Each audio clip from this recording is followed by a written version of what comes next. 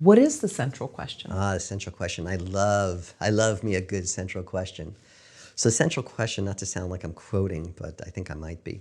So the central question is the question that once it's definitively answered yes or no, your story is over.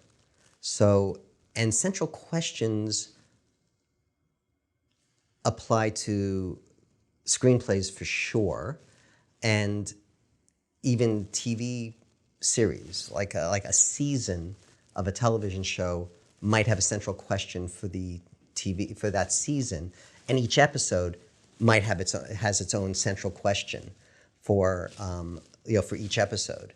So it's a central question is really just a way to make sure that you're hitting sort of the emotional and intellectual and personal thrust of the story. So really, a good central question is really like three components. It's like I think Sid Field called it like professional, personal, and private. Which was this idea that if you look at like Star Wars is kind of a classic example that I use. You ever seen Star Wars? Okay, so Star Wars. You say, what's the central question of Star Wars?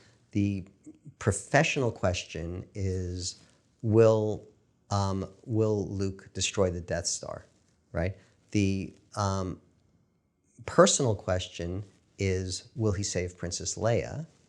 And the private question is, will he be a Jedi like his father, right? So if you look at Star Wars, the professional, personal, and private, you go that all three of those get answered right at the climax of the movie, right? He destroys the Death Star. So sure, he went in and he saved Princess Leia from the jail cell, but they let him get away because they would lead him to the rebel base, right?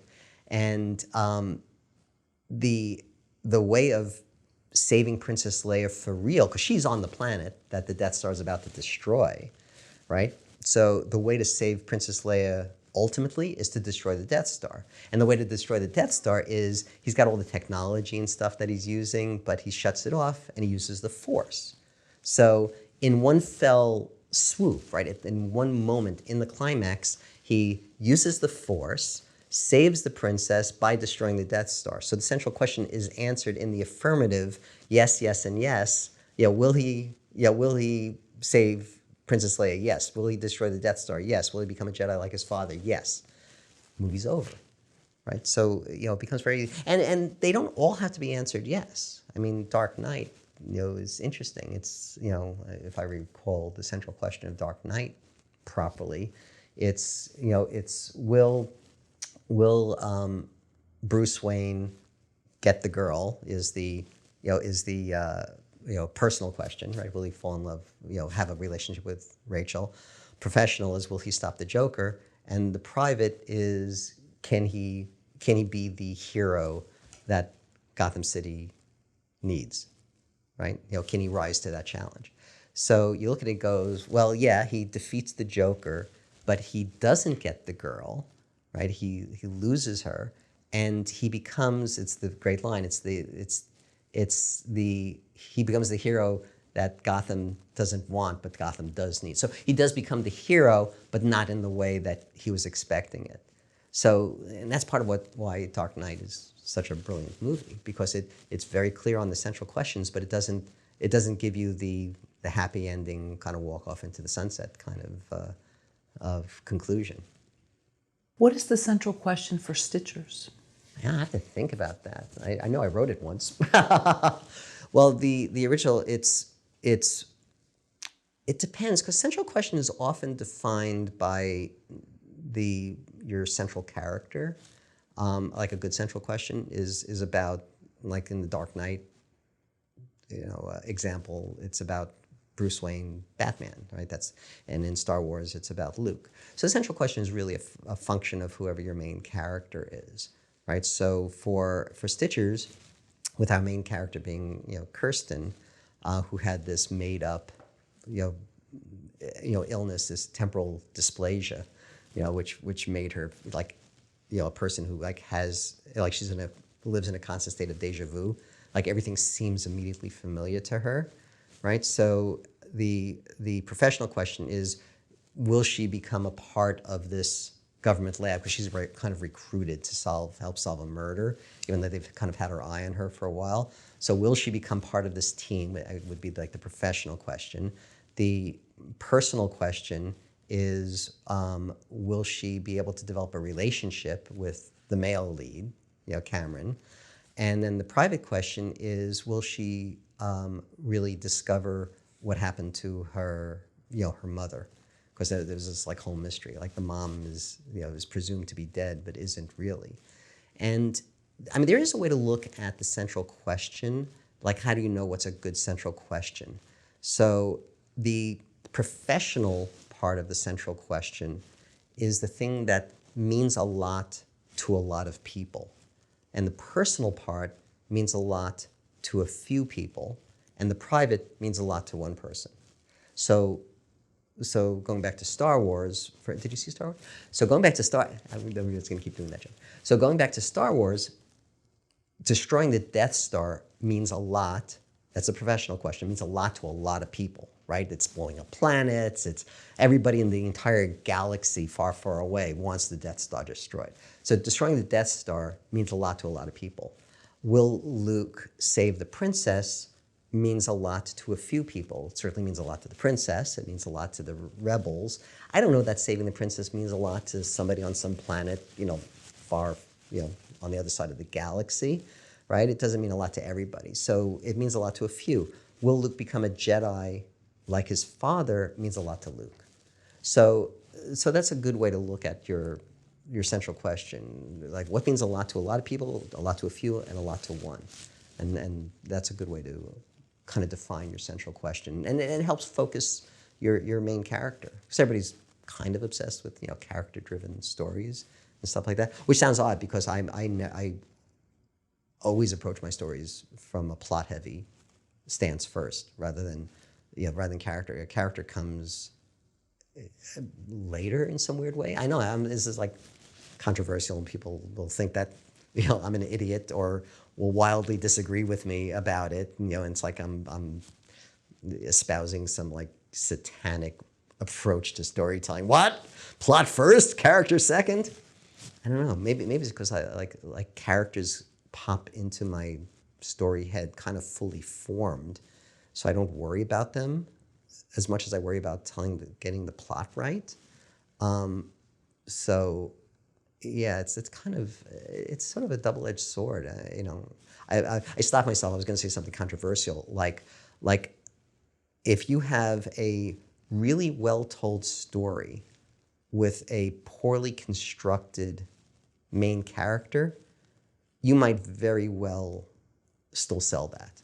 Because somebody will look at it and go, oh, here's what this character needs to do to better serve this really well-constructed story.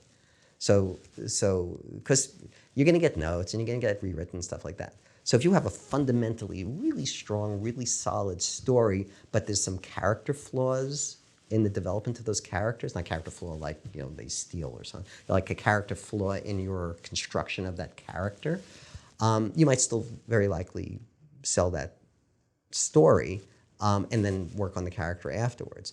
But if you have a really poorly constructed story, but it has a great character, I don't know if you're ever going to sell that. It's too much. It's too much of a heavy lift. I don't know. Maybe I'm wrong. I'd love to hear from people who've maybe had that experience. But to me, with everything I know about the business and about marketing and about selling and about what people want or don't want, it feels to me like it's a much safer bet to have a strong story with a character that could use a little bit of work. If the character is terrible, I mean, then it's, but if you're within spitting distance of a well-constructed character who's in a really well-constructed story, that's far better than, you're having a perfectly constructed main character who's saddled with this just useless story. Is the central question also a story engine? Yes and no. It's a story engine to the extent that it helps create certain parameters by which you should tell the story. But it's a it's really a litmus test more than anything else. The first main purpose of the central question is to define where Act 1 ends and where Act 2 begins.